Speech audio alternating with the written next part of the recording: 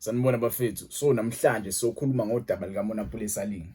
Kuleli sonto leli esikulona ziningi izinto esizwile ngoMonopoly Saling. Ziningi indaba esizwile ngaye, but today sizokhuluma about management yakhe. Management yakhe ikhiphe istatement.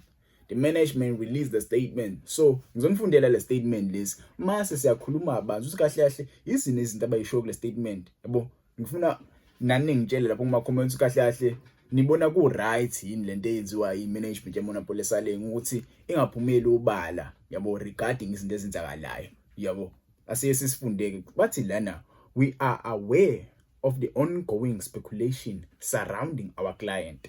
Yabo, bathi ba aware about lento le eyenzakalayo regarding Monopoly Saling. Yabo, Monopoly Saling, while we have refrained from making public comments due to the sensitive and confidential nature of the matter, our silence should not yabona leli gama leli isingisibele sibuye sibale but misconstrued as an endorsement of the narrative being presented against him. Yabo, ungangichazela ukuthi baqonda ukuthini lapho. Bathi kodwa lana, while we have refrained from making public comments, bathi abafuna ukwenza ama-public comments amaningi regarding indaba yaMonopoly Saling. Uma nikhumbula kahle, iSoccerbet ikhiphe i-video regarding indaba yaMonopoly Saling nokuthi wayefunwa iclub yale Egypt, iclub enkulu okuyi-Al Ahly yayimfuna.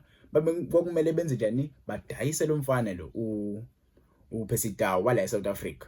Kumele badayise uPercy Tau ukuze bathole uMonopoly Saling. Nako-ke bengakwazanga ukumdayisa uPercy Tau ngesama transfer window, baze bakwazi ukumdayisa ngeJanuary transfer window. Monopoly Saling eseqalile kenza lezi zinto zakhe. Ngabo Monopoly Saling wathengwa iAl Ahly ukube waqhubeka wadlalela iclub, wajima, yabo, waqhubeka wa-add ama-stats lawa nawo for iOrlando Pirates. Yabo, but this matter involves significant issues at the core of the employer-employee relationship that require resolution. Bathi lolu daba lolu involve, yabo, ingxabano between umsebenzi kanye nomqashi okuMonopoly Saling noOrlando Pirates. Yabo, bathi relationship yabo idinga ukuxazululwa. Our client remains committed to addressing these matters through the appropriate legal and professional channels.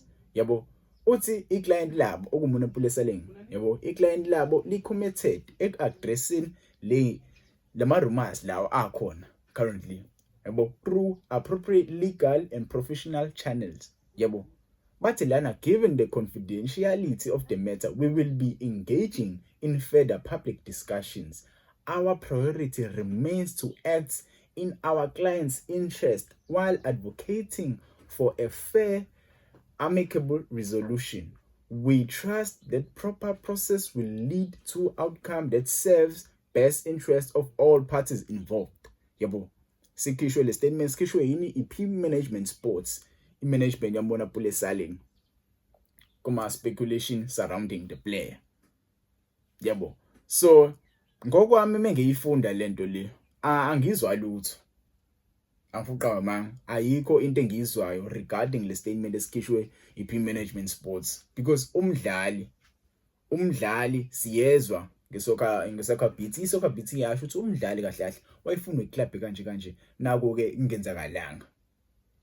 Yabo, menikhumbula kahle, when we go back, uMickey Jr., one of the journalists yala eAfrica, released a post, and kuleyo post leyo kuthiwa uMonopoly Saling wayefunwa iclub Orlando Pirates yanqaba, and abantu abaningi bayidisputa as amanga leyo, and the-management yaMonopoly Saling, iP Management Sports, commented on that post. Yasho ukuthi these are lies. Yabo, these are lies. Because wayethe uMickey Jr. Monopoly Saling utrainer the team and imali ayiholayo uhola imali encane. Yabo, yaqhamuka iP Management Sports yasho ukuthi amanga lawo. But uSoccerbet ukhiphe ivideo regarding Monopoly Saling. Abasho ukuthi amanga lawo. Yabo, abasho ukuthi amanga, but bathi lana bazokhipha like bathi lana this matter involves uMonapule Salengi nomqashi wakhe yabo. Bathi bazoyi-addressa lama matters la bazowa-addressa in legal and professional channels. Shuthi lento eyishiwo uSoccer Bet iqiniso. Shuthi uMonapule Salengi uyena osecaleni. Yabo, uyena ongafuni ukuze ejimini because Orlando Pirates ayikwazanga ukuthi iconclude ideal yakhe neAl Ahly. Kahlahle umuntu osifake yonke le inkinga le, the person or the company esenze sabakule nkinga le iAl Ahly leya club leya iyona eyahluleka ukuthi idayise bani uPercy Tau. It's not like uPercy Tau babemdinga. They didn't need uPercy Tau at that point. That is why they wanted to sell him. But again, that deal didn't go on. Basi bamdayisa nini ngoJanuary. That is where we saw uPercy Tau moving to, I think, a club yase Saudi Arabia or Qatar, if I'm not mistaken. Uyabo ngangikhumbuza lapho kuma comments part ke ayenzekalanga leyo deal leyo. Yabo. So imanagement ikhiphe le statement ungangitshela wena regarding lolu daba lika Monapule Salengi uthi wena uzizwa kanjani. Yabo ungitshele kuma comments mfethu. Mina angifungqama, I don't want to see the player leaving Orlando Pirates. Yabo, I don't want to see the player leaving Orlando Pirates, but ke mekuphuma indaba ekanje and management iqhamuka obala. Kumele ngempela bafethu sikhulume indaba ekanje because i-management and iyona ephethe umdlali. Yabo. Phethe abadlali abaningi, I think now Moha Nkota under EP Management Sports.